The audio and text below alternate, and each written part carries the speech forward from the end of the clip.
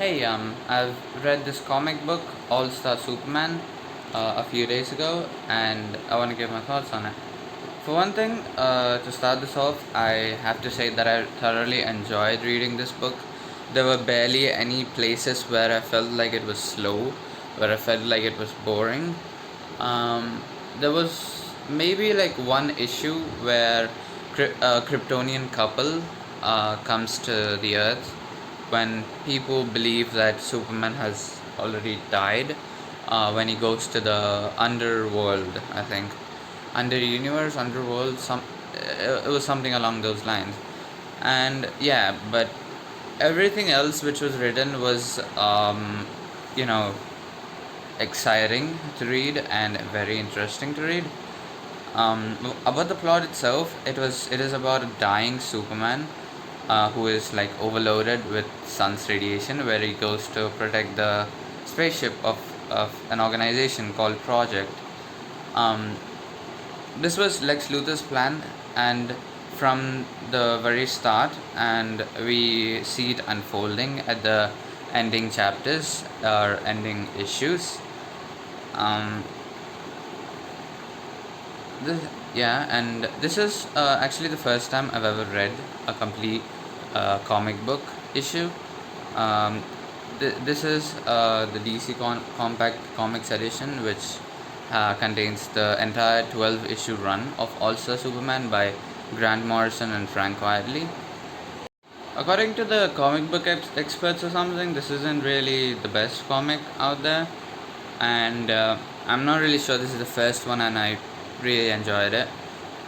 As it is my first comic book that I've read, it is definitely the best comic book that I've ever read.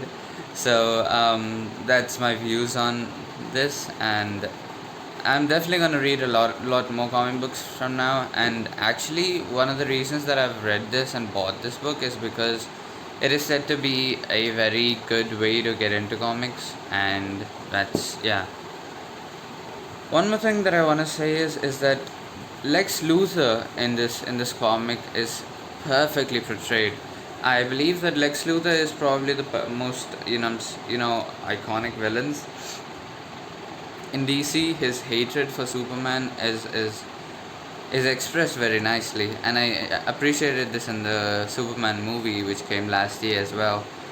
Um, there's a chapter with Lex Luthor in prison where Clark Kent is interviewing him. That is probably the best issue or chapter, whatever you call it, is in this book. And I like the ending as well because we knew the Superman was dying from the very start of the comics, at the end of issue one, I believe, and they didn't do you know a very convenient escape from death and Superman living happily ever after. So what happened to Superman was he did all that he could and could do, and all that he wanted to complete before he passes on.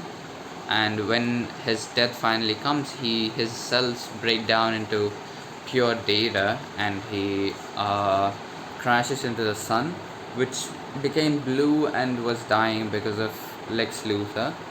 He did something, and with the help of a Sun Eater, and there he becomes the heart, or manufactures the heart of the sun, so that it works normally. And before he dies, he gives his DNA samples and stuff to the project's leader person, and he gets to work so that there would be so that he would manufacture another Superman or a Supergirl. Um, yeah, that's I think that's a lot, and all I have to say about this. I love the connection or chemistry with Lois Lane in the first chapters.